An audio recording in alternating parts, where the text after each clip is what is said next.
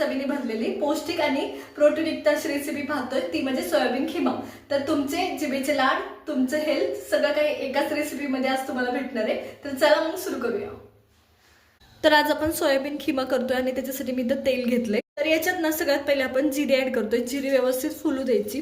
त्याच्यानंतर माझ्याकडे इथं काही खडे मसाले आहेत, 5 मिरी आहेत, त्याच्यानंतर 3 लवंग आहेत, 1 वेलची आहे आणि 1 तमालपत्र आहे, ते ऍड करतोय। खडे मसाले व्यवस्थित फुलू द्यायचे। तर इथं खडे मसाले व्यवस्थित फुललेत आता, त्या टायमाला मी याच्यात नाही का कांदा ऍड करते। कांदा व्यवस्थित सोनेरी होईपर्यंत आपल्याला परतून घ्यायचा आहे।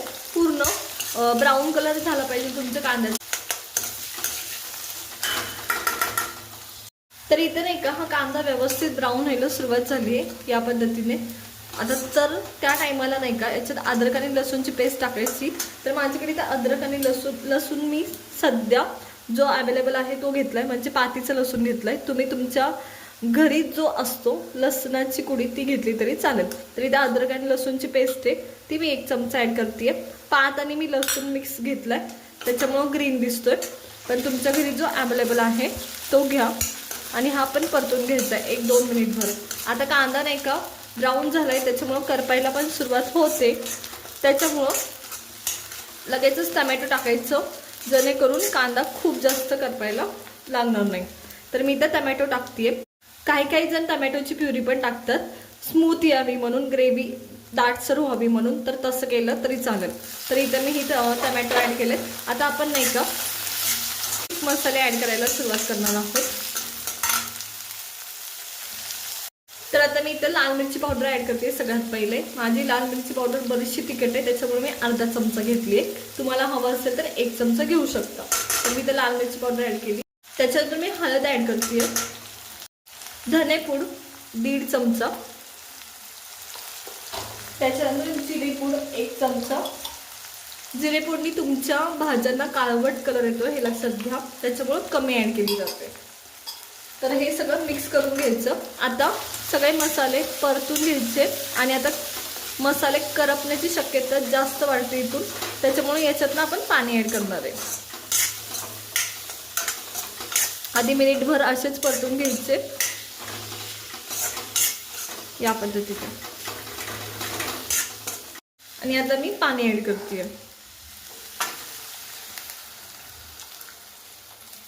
आता एक लक्षात घ्या, जेव्हा ते कांदा परतला आपण त्या टायमाला आपण तेल वापरलं। खूप ठिकाणी अर्ध तेल आणि अर्ध बटर सुद्धा वापरलं जातं स्ट्रीटवर तुम्ही जेव्हा खाताल तेव्हा। तर तुम्हाला हवं असेल तर तुम्ही बटर ऍड करू शकता, आपण पण करणार नाही, पण आपण सर्वात शेवटी करणार आहोत जेव्हा तुमचा सोया खिमा तयार होईल तेव्हा, तर त्या टायमाला करणार आहोत। आता हे थोडंसं आपल्याला तेल सुटत नाही तोपर्यंत मसाला असाच परतून घ्यायचा आहे। तर आता इथं मसाला ना बराचसा परतला गेलाय आणि थोडंसं पाणी आहे, त्या टायमाला मी याच्यात नाही का पावभाजी मसाला टाकते। आता तुम्ही गरम मसाला सुद्धा ऍड करू शकता, पण गरम मसाला ऍड केला तर त्याला थोडीशी आंबट चव येत नाही, त्यामुळे पावभाजी मसाला ऍड करायचा। आणि हवा असेल तर तुम्ही गरम मसाला आणि पावभाजी दोन्ही थोडं ऍड करू शकता। तर मी पावभाजी मसाला ऍड करते, गरम मसाला नाही। आणि गरम मसाला ऍड केल्यानंतर थोडीशी आमचूर पावडर टाकायची, म्हणजे किंचितशी, जेणेकरून थोडंसं आंबूसपणा येईल त्याला। तुमच्या टोमॅटोला असतोच, पण थोडंसं एक्स्ट्रा छान लागतो खिम्यामध्ये। तर खूप जास्त पण नाही आंबूस करायची, नॉर्मली। आता याला परत तेल सुटेपर्यंत आपल्याला हे परतून घ्यायचे। त्याच्या आधी मी हिरवी मिरचीचे 2-3 तुकडे आहेत ते ऍड करून घेते, जेणेकरून आपल्याला चांगला मसाला भेटेल। तर मी इथं हिरव्या मिरचीचे 2-3 तुकडे ऍड करून घेतले।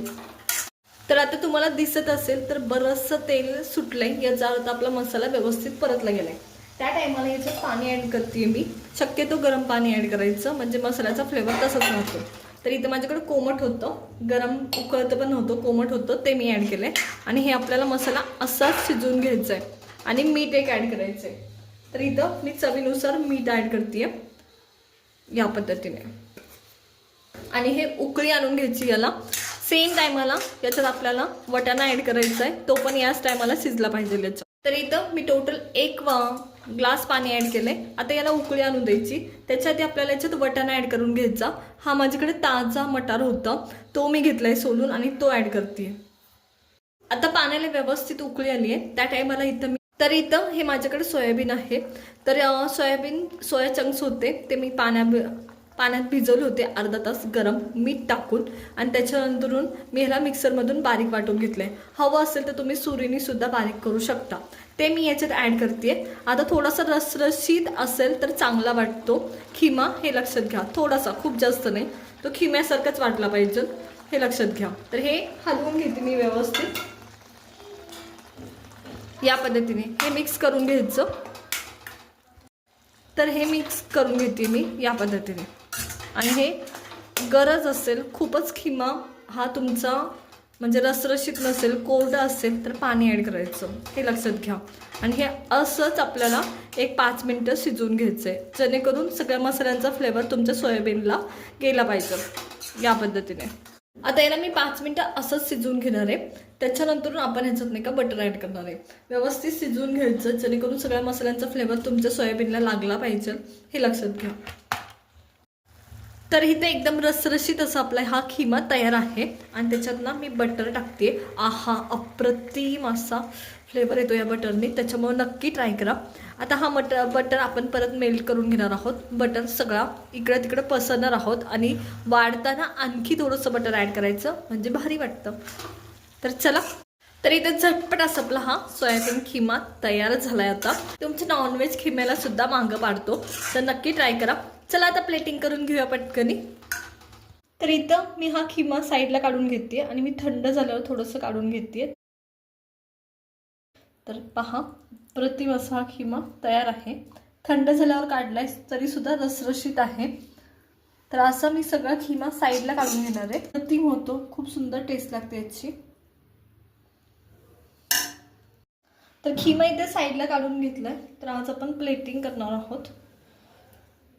तर पहा, या पद्धतीने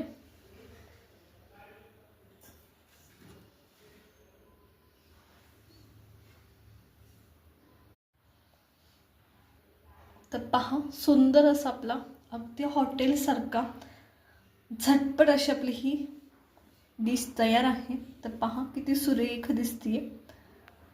तर नक्की ट्राय करा. तर मी तुमच्यासाठी थोडीशी मूव करते. तर पहा, अप्रतिम अशी दिसते, सुरेख.